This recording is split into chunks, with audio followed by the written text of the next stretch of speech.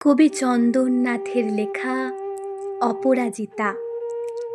জানো মা, আমি না কবিতা লিখেছি, তোমরা পড়বে কি তা?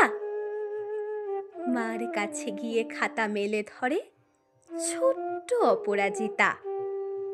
রাগী চোখ মেলে মাতাকে বলেন, মাথা কি খারাপ হলো? ছাই পাশ সব না লিখে বরং অঙ্কের খাতা খোলো। ভার করে গুটি গুটি পায় গেল সে বাবার কাছে। কবিতা লিখেছি, ও বাবা তোমার দেখার সময় আছে? মুখটি না তুলে বললেন বাবা, কবিতা লিখেছ? বেশ, পড়বো তো বটে, আগে খবরের কাগজটা করি শেষ।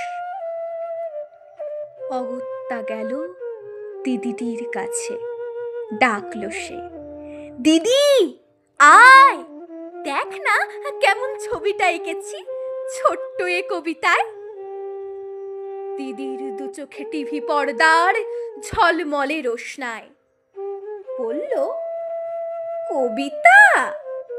তুই লিখেছিস? কবিতা না, ওটা ছাই।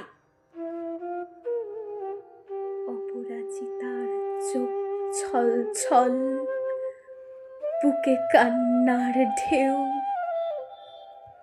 তার লেখাই প্রথম কবিতা দেখলো না পড়ে কেউ। একা ঘরে বসে সামনে তাকালে মালাতে সাজানো ছবি, স্নিগ্ধ দু চোখে রয়েছেন যে সহজ পাঠের কবি। কবিতার খাতা মেলে সে ধরল, ঠোঁট দুটো থর থর। বলল, ঠাকুর কেউ না পড়ুক, তুমি এ কবিতা পড়ো।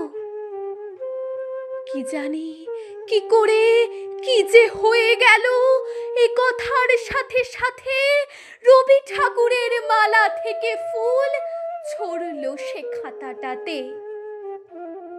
মনে হলো তার সামনে দাঁড়িয়ে বুঝি রবীন্দ্রনাথ।